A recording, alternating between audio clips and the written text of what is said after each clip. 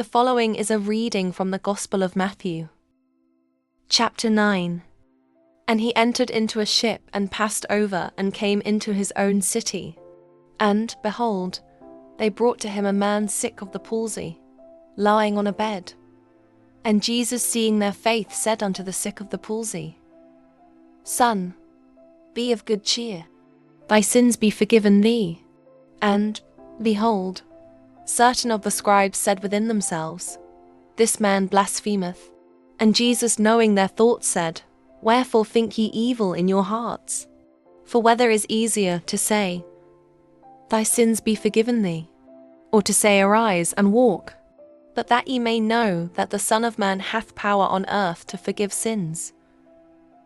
Then saith he to the sick of the palsy, Arise, take up thy bed, and go unto thine house.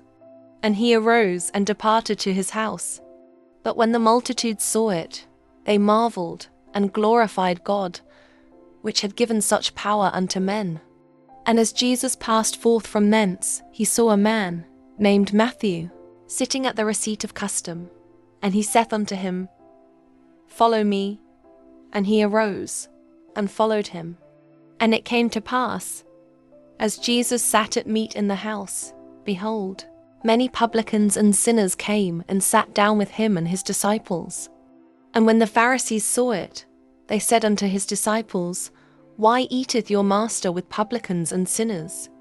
But when Jesus heard that, he said unto them, They that be whole need not a physician, but they that are sick.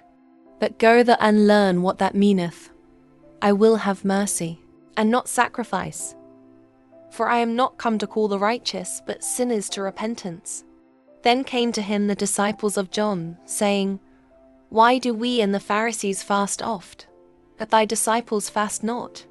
And Jesus said unto them, Can the children of the bride chamber mourn, as long as the bridegroom is with them? But the days will come, when the bridegroom shall be taken from them, and then shall they fast.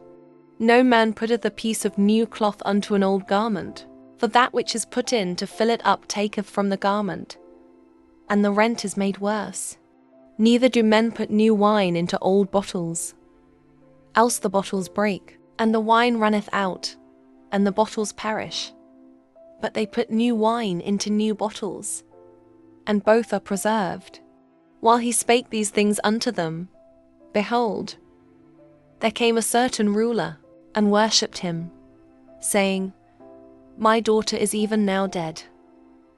But come and lay thy hand upon her, and she shall live.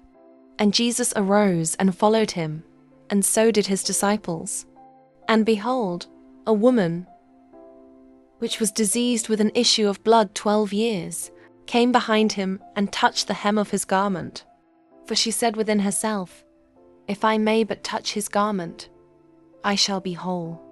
But Jesus turned him about, and when he saw her, he said, Daughter, be of good comfort. Thy faith hath made thee whole. And the woman was made whole from that hour.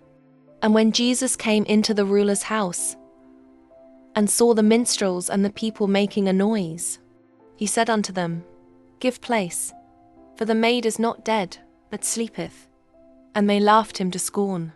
But when the people were put forth, he went in, and took her by the hand, and the maid arose.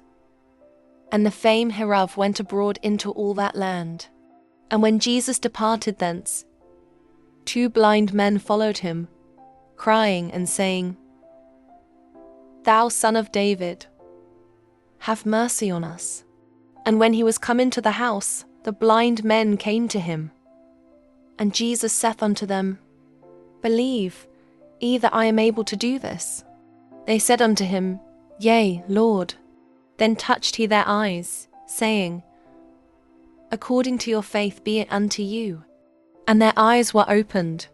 And Jesus straitly charged them, saying, See that no man know it. But they, when they were departed, spread abroad his fame in all that country. As they went out, behold, they brought to him a dumb man possessed with a devil. And when the devil was cast out, the dumb spake. And the multitudes marveled, saying, It was never so seen in Israel.